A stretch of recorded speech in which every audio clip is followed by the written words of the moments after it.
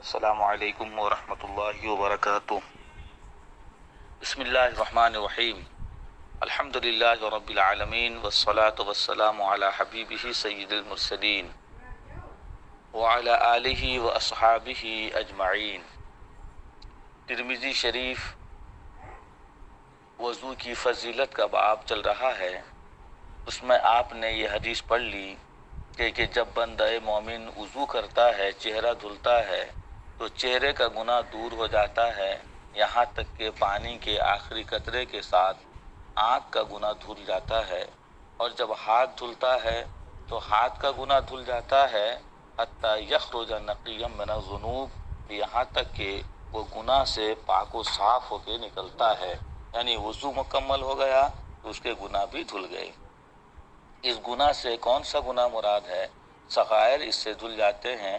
پھر اس کے بعد امام ترمذی نے کہا یہ حدیث حسن صحیح ہے، اور اس کے بعد حضرت ابو ہریرہ رضی اللہ تعالیٰ عنہ کے نام کے تعلق سے بھی انہوں نے بتایا کہ زمانے جاہلیت میں ان کا نام عبد الشمس تھا، اور زمانے اسلام میں ان کا نام عبداللہ ابن عمرو ہے۔ یہ امام بخاری کا قول ہے، اسی کو امام ترمذی نے اسی کی تصحیح کی، یعنی یہی قول صحیح ہے۔ جبکہ دوسرے محدثین دوسرا نام بھی حضرت ابو ہریرہ رضی اللہ تعالیٰ عنہ کے تعلق سے بیان کرتے ہیں۔ بہرحال امام ترمذی کا یہ وصول ہے کہ باب قائم کر دینے کے بعد پھر مافل باب کہہ کے اس باب کے تعلق سے جتنی اور حدیثیں ہیں تو سب کے راوی کا ذکر کرتے ہیں۔ تو یہاں پر امام ترمذی کہہ رہے ہیں وہ فی الباب، اور اس باب میں اور کس کس راوی کی حدیث ہے؟ عن عثمانہ و ثوبانہ و صنابحی و عمرو ابن عسیلہ و سلیمان و عبداللہ ابن عمرو رضی اللہ تعالی عنہم علیہم اجمعین، یعنی اس باب میں حضرت عثمان غنی، حضرت ثوبان، حضرت صنابحی، حضرت عمرو ابن عبسہ اور حضرت سلمان اور حضرت عبداللہ ابن عمرو رضی اللہ تعالی عنہم علیہم اجمعین کی حدیثیں بھی ہیں۔ تو اس سے امام ترمذی رضی اللہ تعالی عنہ کے علم کا پتہ چلتا ہے۔ ایک حدیث ذکر کر دیتے ہیں صراحت کے ساتھ، سند کے ساتھ، باب سے متعلق، اور باقی جتنی حدیثیں ہوتی ہیں وہ سب کا اجمالاً تذکرہ کر دیتے ہیں۔ اب امام ترمذی کا وہ فی الباب کہہ کے جتنے اور راویوں اور مرویات کا ذکر کرتے ہیں، یہ ان کی اپنی دانش، اپنی معلومات کے اعتبار سے ہے۔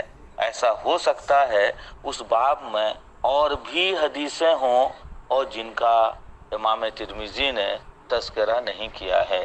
امام ترمذی کا یہ کہنا کہ اس باب میں ان راویوں کی مرویات ہیں، تو وہ حصر نہیں ہے کہ اسی پر ختم ہے، بلکہ اور بات ہو سکتی ہے۔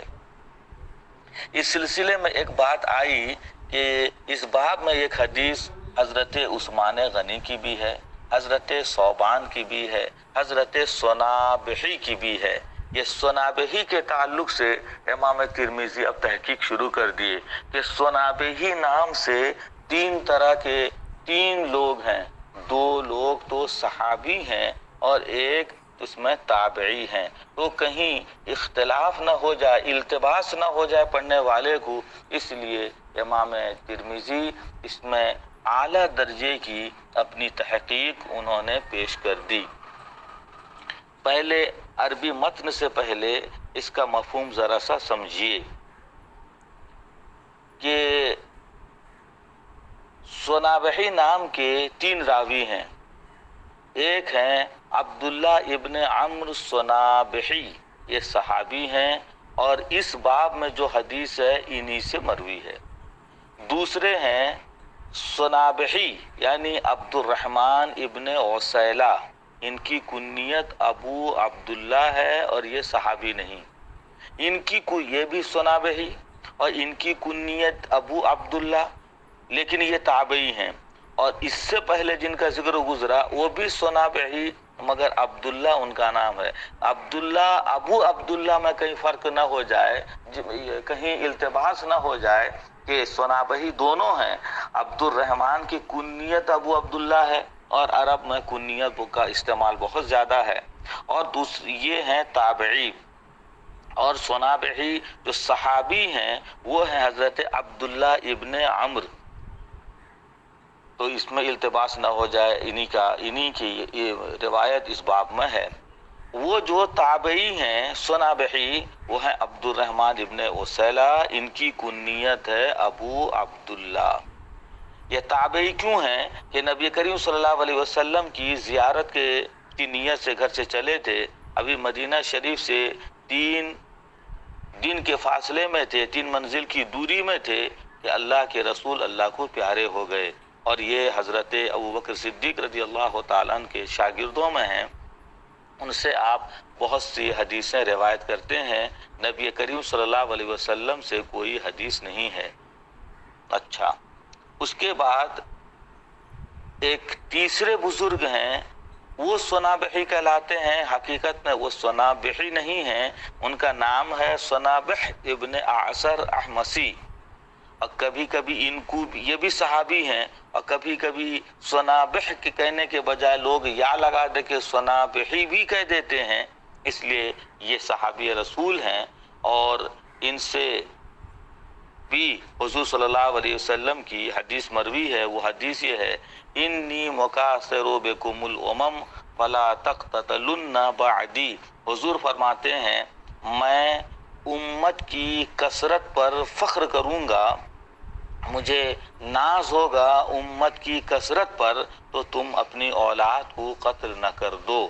یعنی اولاد کو قتل نہ کرو. قیامت کے دن دوسرے نبی دوسرے رسول ہوں گے، مگر ان کے مقابلے میں میری امت بہت زیادہ ہوگی. قیامت کے دن جو دوسرے نبیوں پر میری امتیازی شان ہوگی اس میں میری امت کی کثرت ہے. لہٰذا اولاد تو قتل نہ کرو. امت کی کثرت پر قیامت میں مجھے ایک امتیازی شان ہوگی، میں اس پر فخر کروں گا. اب اس کی عربی ملائیے. امام ترمذی کہتے ہیں وہ صنابحی حاذا الذی روى عن النبی صلی اللہ علیہ وسلم فی فضل الطہور. یہ وہی صنابحی ہیں جو فضل طہور میں وضو کی فضیلت کے باب میں انہی کی حدیث ہے. یہ ہیں عبداللہ الصنابحی. یہ صنابحی ان کا نام ان کا ہے عبداللہ. اور ایک دوسرے صنابحی ہیں الصنابحی الذی روى عن ابی بکر الصدیق. وہ صنابحی جو حضرت ابوبکر صدیق سے روایت کرتے ہیں لیس لہ سماع من النبی صلی اللہ علیہ وسلم. ان کی سماعت حضور اکرم صلی اللہ علیہ وسلم سے نہیں ہے. یہ تابعی ہیں. ان کا نام اصل میں ہے عبد الرحمن ابن اسیلہ الصنابحی. ان کی کنیت ہے ابو عبداللہ. کیوں حضور سے ملاقات نہیں ہوئی؟ رحل الی النبی صلی اللہ علیہ وسلم. یہ حضور کرم صلی اللہ علیہ وسلم سے ملاقات کے لیے جانور پہ سوار ہو کے سفر کیے. فقبض النبی صلی اللہ علیہ وسلم وهو فی الطریق. اور حضور اللہ کو پیارے ہو گئے وہاں حالیہ اس حال میں کہ حضرت صنابحی ابھی راستے ہی میں تھے. وقد روا عن النبی صلی اللہ علیہ وسلم حدیث. اور انہوں نے حضور صلی اللہ علیہ وسلم سے حدیثیں روایت کی ہیں، یعنی حضرت ابوبکر صدیق رضی اللہ تعالیٰ عنہ کے واسطے سے. یہ 2 صنابحی ہو گئے. اور ایک ہیں صنابح والصنابح ابن الاعصر صاحب نبی صلی اللہ علیہ وسلم. یہ صنابح ابن اعصر حضور صلی اللہ علیہ وسلم کے صحابی ہیں. یقال لہ صنابحی ایضاً. کبھی کبھی انہیں بھی صنابحی کہہ دیا جاتا ہے.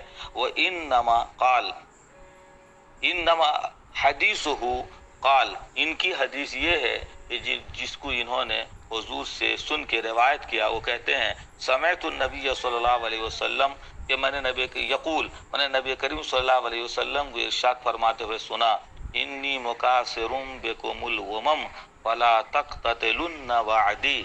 میں تمہارے امت کی کثرت پر میں تم پر فخر کروں گا، میں تم پر ناز کروں گا امت کی کثرت پر. تو لہٰذا ہرگز میرے بعد تم اپنی اولاد کو قتل مت کر دو. یہ امام ترمذی رضی اللہ تعالیٰ عنہ کا علم کے تعلق سے اتنا اونچا مقام ہے، انہوں نے ایک ایک لفظ کے تعلق سے بحث کر دی، اور یہ بحث جو اسماء رجال کے تعلق سے یا ان کے ناموں کے تعلق سے ہے، یہ دوسری جگہ آپ کو صحیح ستہ میں کہیں بھی نہیں ملے گی۔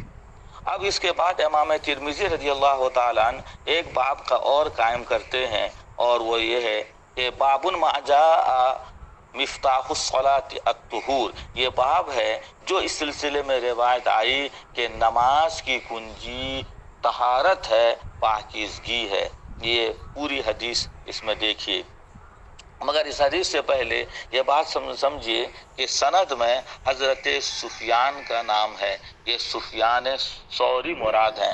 سفیان ابن عیینہ اور حضرت سفیان ثوری ایک زمانے کے دونوں بزرگ ہیں، اور حضرت سفیان ثوری علم حدیث میں اور تقوی اور طہارت اور صوفیہ کرام کے گروہ میں شامل ہیں، اور ان کا درجہ بلند ہے، یہ عمر میں بھی بڑے تھے۔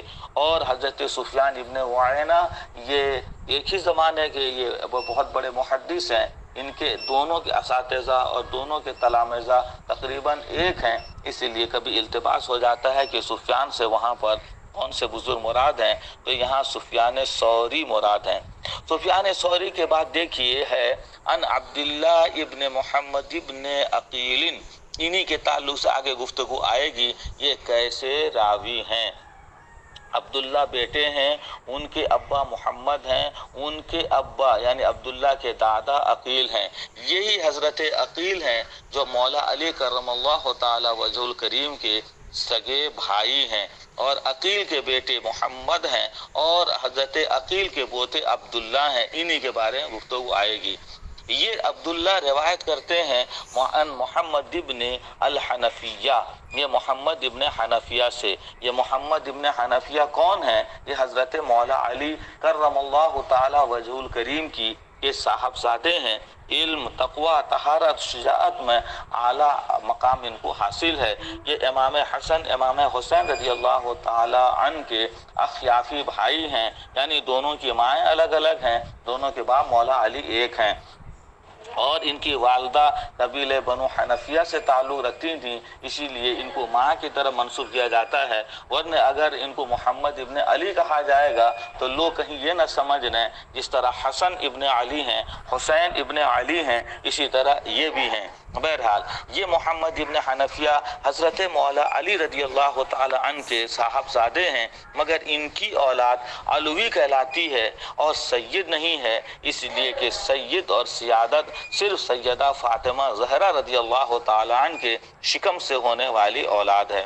بہرحال یہ محمد ابن حنفیہ یہ اپنے ابا سے روایت کرتے ہیں عن علی، اپنے حضرت مولا علی سے۔ حضرت مولا علی روایت کرتے ہیں نبی کریم سے، عن نبی صلی اللہ علیہ وسلم قال، سرکار نے ارشاد فرمایا، مفتاح الصلاۃ الطہور تحریمها التکبیر و تحلیلها التسلیم، نماز کی کنجی پاکیزگی ہے، اور نماز کو حرام کر دینے والی چیز تکبیر ہے، اور نماز کو حلال کر دینے والی چیز سلام ہے۔ یہ تفصیلی گفتگو ہے، اس میں دیکھیے، اگر وقت ہوتا ہے تو پھر دوبارہ پھر اس حدیث کے تعلق سے انشاءاللہ تذکرہ کریں گے۔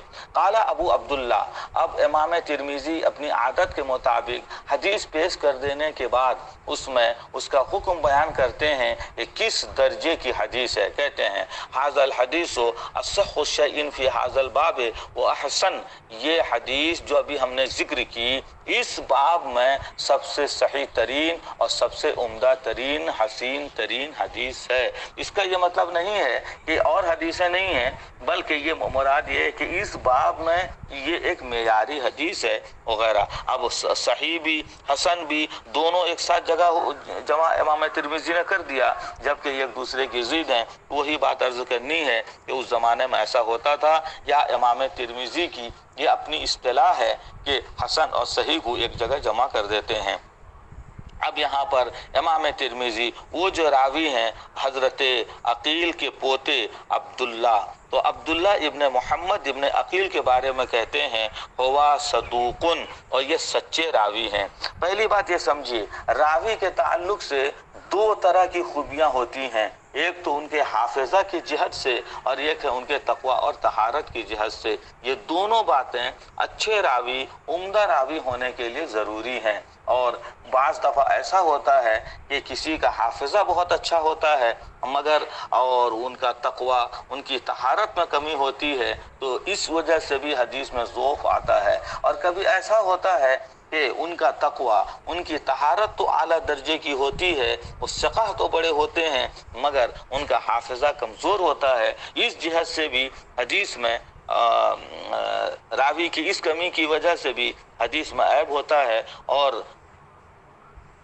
جرح و تعدیل کے علماء اس پر بھی تنقید کرتے ہیں، کلام کرتے ہیں۔ یہی حال حضرت عبداللہ ابن محمد ابن عقیل کے بارے میں ہے، کہا سوا صدوقن، یہ صدوق ہیں۔ صدوق کا لفظ کہنا یہ جرح کے لفظ سے ہے کہ تعدیل کے لفظ سے ہے؟ جرح کا مطلب وہ راویوں کی برائیاں اور کمزوریاں اور خامیاں بتانا، اور تعدیل کا مطلب راوی کے ثقاہت، ان کی عمدگی، ان کی تعریف کرنا۔